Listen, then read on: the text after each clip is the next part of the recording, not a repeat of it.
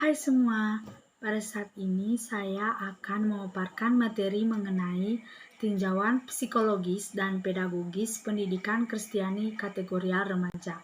Yang pertama yaitu pengertian dan batasan usia remaja.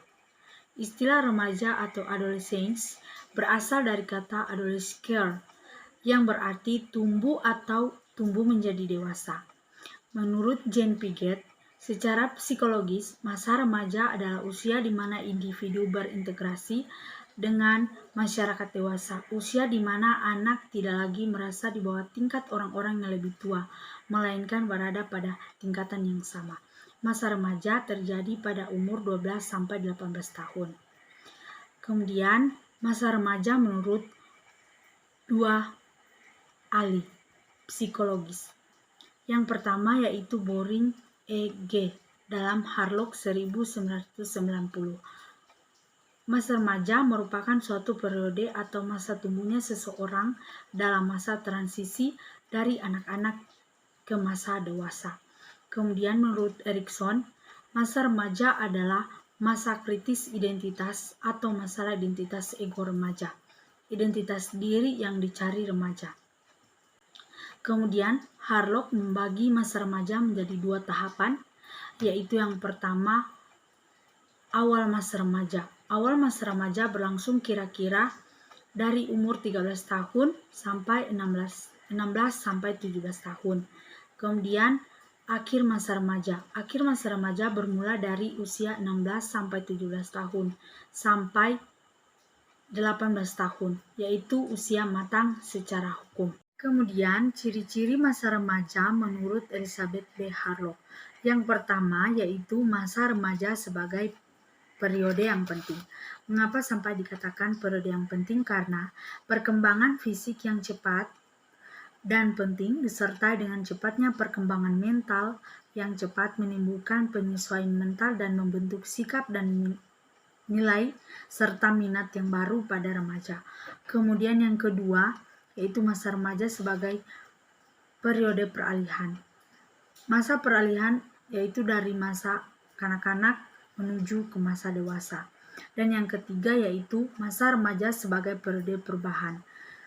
Perubahan yang dimaksudkan di sini adalah perubahan psikologis yang terjadi pada remaja, yaitu adanya tertarik pada lawan jenis, muda emosi, dan perubahan fisik.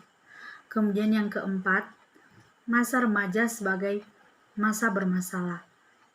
Mengapa sampai dikatakan masa bermasalah? Karena pada masa remaja meningkatnya emosi karena remaja berada di bawah tekanan sosial dan menghadapi kondisi dan harapan yang baru.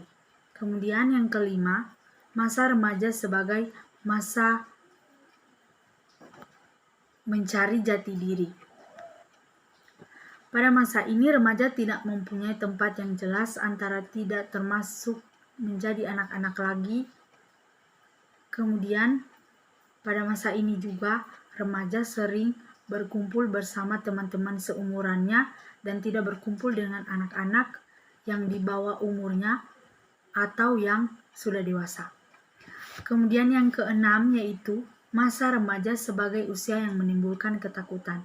Mengapa sampai dikatakan masa remaja adalah masa yang menakutkan? Karena remaja dianggap di sini sebagai anak-anak yang tidak rapi, yang tidak dapat dipercaya, cenderung merusak, sehingga orang dewasa perlu membimbing dan mengawasi. Seperti contohnya ketika kenakalan remaja terjadi,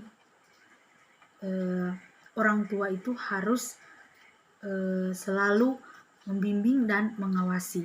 Kemudian yang ketujuh, masa remaja sebagai masa yang tidak realistik. Mengapa sampai dikatakan tidak realistik? Karena remaja melihat dirinya sendiri dan orang lain sebagaimana yang diinginkan dan bukan sebagaimana adanya, terlebih dalam cita-citanya. Kemudian yang terakhir yaitu masa remaja sebagai ambang masa dewasa. Karena remaja mulai memusatkan diri pada perilaku yang dihubungkan dengan orang dewasa. Nah, kemudian bagaimana pendidikan Kristiani merespon perkembangan masa remaja? Pendidikan remaja haruslah diarahkan kepada pembentukan jati diri dan meletakkan dasar kemandirian dan menghargai diri sebagai anugerah Allah. Berikutnya ada 3 pendekatan kategori remaja bagi gereja dan sekolah. Yang pertama yaitu keluarga.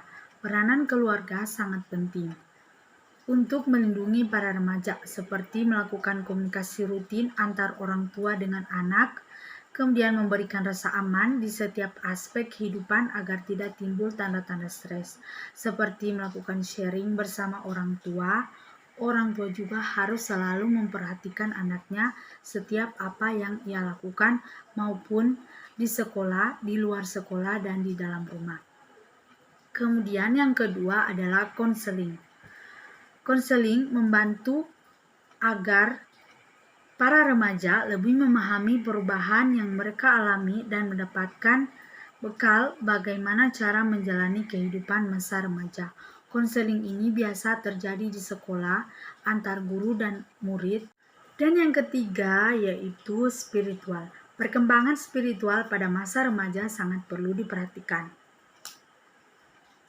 Spiritual yang dimaksud di sini yaitu suatu kesadaran bagi para remaja untuk membangun hubungan dengan Tuhan. Remaja harus mampu menerapkan nilai-nilai agama sebagai manifestasi dalam kehidupan setiap hari, seperti contohnya aktif dalam kegiatan kerohanian dalam gereja. Dari semua materi yang telah saya paparkan, saya mengambil satu kesimpulan bahwa pendidikan Kristiani tidak harus menjadi pendidikan yang eksklusif di tengah dunia remaja, tetapi mengakar di setiap kehidupan remaja.